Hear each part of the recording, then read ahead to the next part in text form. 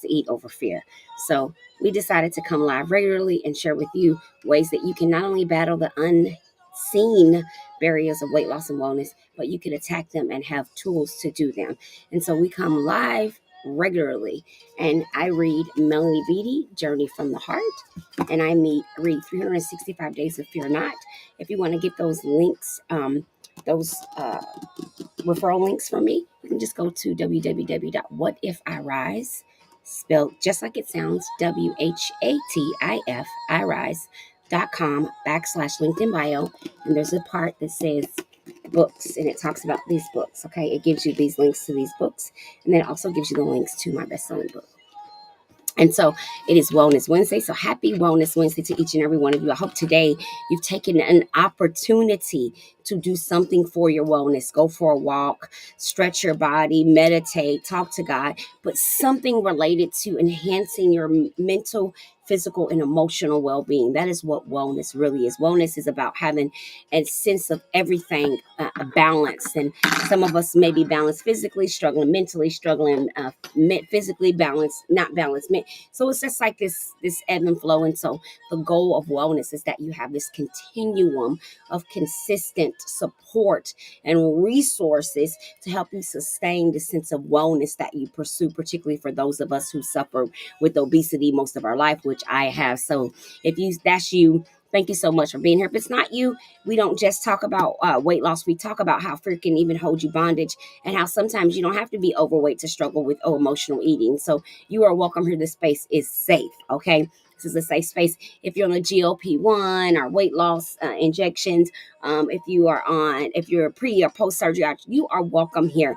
We believe that it doesn't matter the tool that you use to pursue better health and wellness, as long as you are in pursuit and understand that the main tool, the number one goal, is not to thin your waistline, but to change your mind so that thinning your waistline can be a form of living, meaning the body is retrained, and healed, and allowed an opportunity to burn that visceral fat consistently, to be active on a regular basis, to be open-minded, to work on mental health concerns on an open basis. It's all about opening up every part of you. So yes, we snatch down, but more than anything, we elevate and grow up. Okay.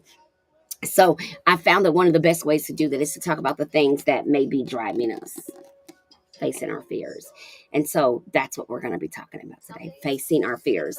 And that's kind of what we've been talking about off and on all of these weeks, as we've been really digging in and talking a lot about how fear actually can be hidden inside of your weight loss journey. And for some of us, that fear is actually surrounded around, check this out, around if we've lost weight before and maybe struggled, failed at it, didn't go well. We have found that there appears to be something that happens in terms of doubt, fear, worry, and things like that. After you've been on a weight loss journey, before you lost weight, you gained it back. We believe that something happens to the mindset, and it starts to begin to create this sense of disbelief and doubt in oneself. And so we first talk about our relationships with food and rewiring our behavior related to food. And then we go to our scriptures, and we allow a power greater than ourselves to set us free. We admit that we are powerless over this thing called food, and that we want to surrender that emotional eating and that food noise and find a sense of freedom around food again. We seek a sense of wellness toward it. We don't have to restrict, control, or hold ourselves hostage to our weight loss journey. We can live a very free life when we put the effort into expanding and growing ourselves to do so. Okay.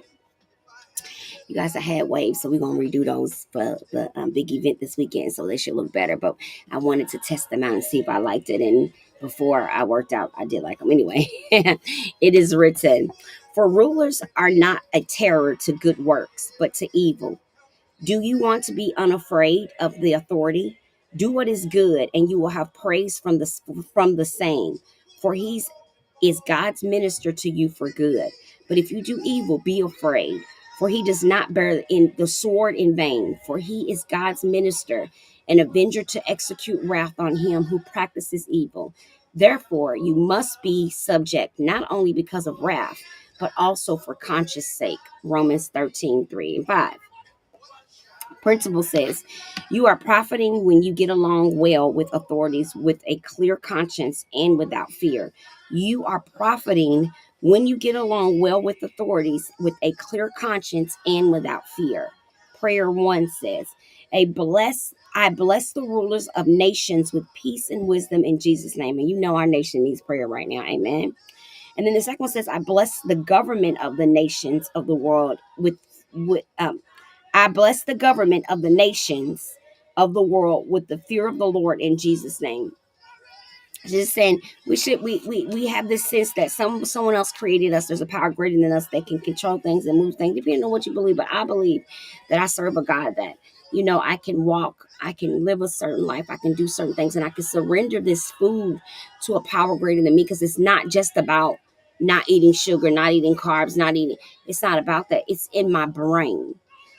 If it was only about weight loss, then I wouldn't have failed the surgery. You understand what I'm saying? This is so much bigger than that. So it wasn't that I couldn't stop eating. It's that I couldn't stop thinking about eating even when I couldn't eat. And then when I couldn't eat, I would then seek liquor or other substances. But everything goes back to food. My first love was food. My first best friend was food. My first comforter was food. My first safe space was food. When food has become your everything, it's so much more than just your waistline, because it's become a way for you to live, deal, feel, and function in your daily lives. And if you're just now tapping in, thank you so much for being here. I appreciate you. Let me make sure I'm not missing any comments. None yet. So we're going to go ahead and go forth on our second part. We're going to try to keep our videos a little bit shorter because we are posting these as video, and I want you to be able to watch them, get a grasp of them. However, when we go live on certain days of the week, we'll go a little bit longer. We'll go into our 20 and 30 minutes, but we want to keep some of them a little bit shorter so that you all can get the grasp of it if you have to watch it back on the replay, okay? So let's go ahead and dive into March 20 with Melanie Beattie. It's going to be our codependency author. Codependency is not a bad word. Please know that. People have you thinking that, but it's not, because you have to have some codependency in every little bit in every area of your life. Excuse me. The problem is many of us be overdoing it in a lot of areas, and then self-neglecting and doing behaviors that are self-harming. The value of the fragrances of the universe.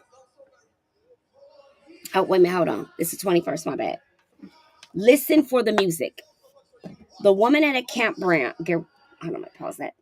The woman at a campground in Olympic National Forest extended an invitation to me.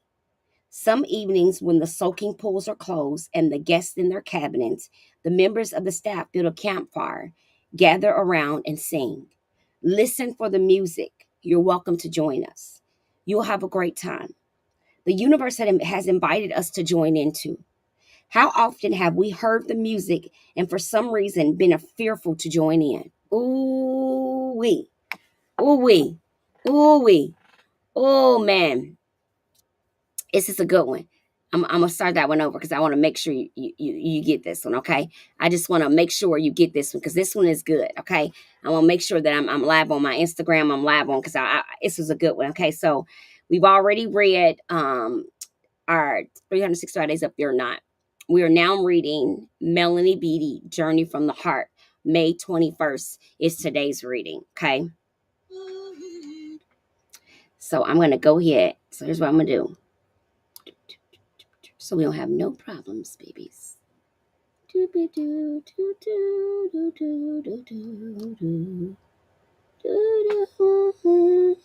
All right, boom. All right. Hi, Tanya. How are you doing? So we are reading May 21st, Melanie Beattie, Journey to the Heart. Remember, we are addressing this relationship with food. We're rewiring our food behavior by looking at fears that prevent our mindset from switching over. Okay. So today's reading says this. Check this out. It's deep. I had to make sure I hopped on live because I had to share this because I had to let you grab this nugget. Listen for the music. The woman at the campground in Olympic National Forest extended an invitation to me. Some evenings when the soaking pools are closed and the guests are in their cabins, the members of the staff build a campfire, gather around and sing. Listen for the music. You're welcome to join us. You'll have a great time.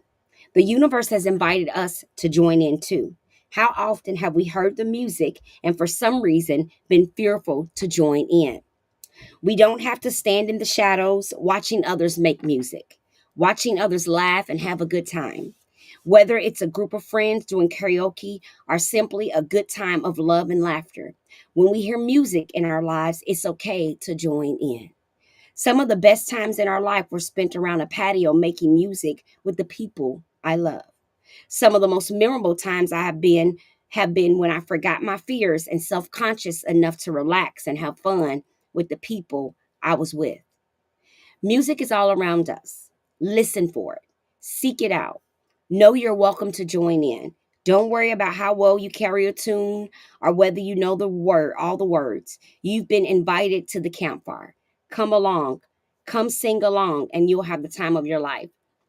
What's so beautiful about this reading as if you process what she just said. Even though her experience was a campfire, I take it a bit deeper. I think of it as life. Life is the campfire. Okay. The music is your situations. The music is living in the present, in the past, in the future. And that I believe that there's certain types of music playing in our lives that we tend to listen to and don't listen to. I think many of us listen to repetitive songs that are say negative things about ourselves. We listen to repetitive stories about situations that have happened that make us live in resentment, remorse, and regret. We listen to songs in our head that tell us we're not good enough, we're not pretty enough, we're small enough, we're not fast enough, we're not wise enough. We listen to those songs so much that we become afraid to listen to the songs that tell us good things, which is why many of us can't take a compliment such as you're pretty. You look so beautiful today. Thank you so much for all you do. Many of us deflect comments because we can't, which is a trauma response, because we can't even receive the music of someone's actual authentic comment. So believing in us because the music we're listening to and we're tuning into regularly is not good music. So we have to tune out of that music and be willing to open our heart to tune into the good music of life.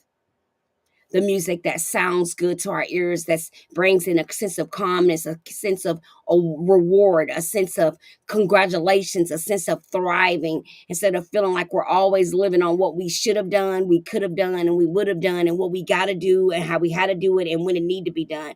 We get to stand in the middle in the sunlight of the spirit, as we like to say, and we can hold our head up high and close our eyes and allow the notes of life, the music of life to flow in us and through us. Because when we realize we are powerless over things greater than us, we can release those things and be given a sense of freedom, a sense of openness, a sense of understanding. Many of us don't understand the process of wellness and weight loss. So, how can we truly pursue anything outside of weight?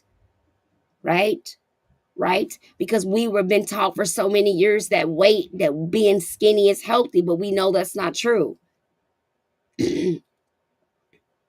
We know that every boat floats differently. So that concept quickly changes. Hello, the traveling universe. How you so that concept quickly changes. So you can be empowered knowing you're not crazy, you're not lazy. And if you struggle with weight loss, food issues, emotional eating, food noise, etc., you've been losing the same 10, 15 pounds over and over. There may be something to that more than you know. And it is okay to question it, to dig deeper than the scale, deeper than a diet, deeper than a workout plan, deeper than a gym membership. It is okay to explore that deeper on an emotional and mental level to find the true keys and the true answers that you are seeking to unlock the things that are causing you not to be able to step forward in the best version of yourself, that be mind, body, and soul. The goal is that we achieve again a well-being of self. We arrive to a new heightened version. We don't just lose weight and keep the same mentality. That in fact we do lose weight and we do change everything about who we are. So when people say you've changed so much, you say I sure have. You no longer have to say, well, I don't know why people keep telling me I've changed. You have changed. You should be changing. You should not be the same person that was stuck inside of a 300-pound body in your head. Because if you are, you're in trouble. Because that's the person that struggled with eating. I hope you understand what that meant and that you empower yourself. Don't be delusional. Don't allow yourself any form of diabolical thinking that will lead you back to square one if you slip up, if you trip up. Stay focused. Get tools, resources.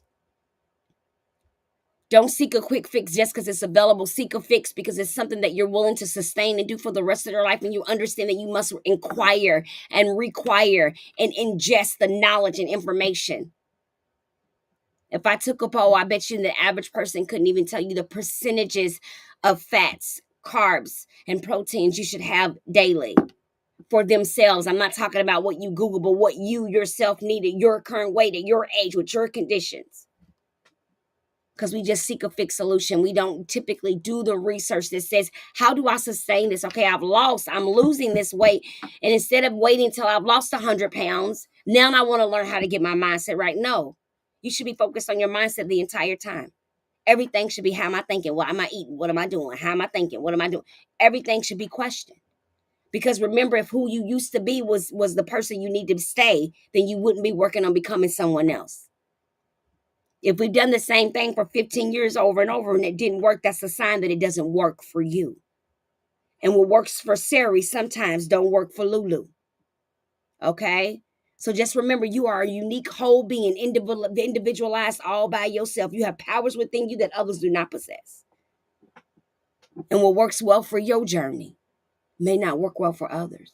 You may be able to sleep hours, sustain your weight loss, and have energy, where someone else may have to have 8 hours of sleep. So for everyone, it is different. So if you're plateaued, you're stuck, you're struggling, there's nothing wrong with you. It could be simple as something as simple as eating a few more calories a day. Food is not the enemy, but food is the enemy, if you know what I mean.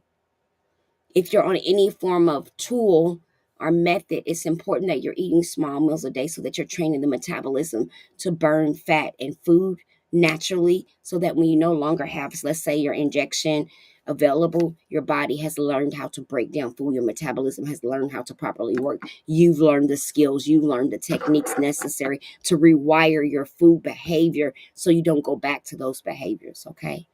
I hope that was enough a good tip for today. May God keep each and every one of you. May you be blessed on your journeys. May wherever you're seeking, you achieve that place abundantly and expeditiously. And if you're struggling, please feel free to reach out. Click the link in my bio or just drop a comment in the video and let me know where you're struggling with, and let's talk about it. I think that knowledge is power. Just like education is power, I think many of us are not educated. So I think there's nothing wrong with educating each other, bringing forth our knowledge, research, science, studies, etc., and helping each other prosper and grow. I pray today you were blessed. Don't forget to realize you are strong enough to win. You are somebody, something. You are all of the things plus more. My name is Coach King Alicia Elliott. I love you. Have a great night. God bless you all.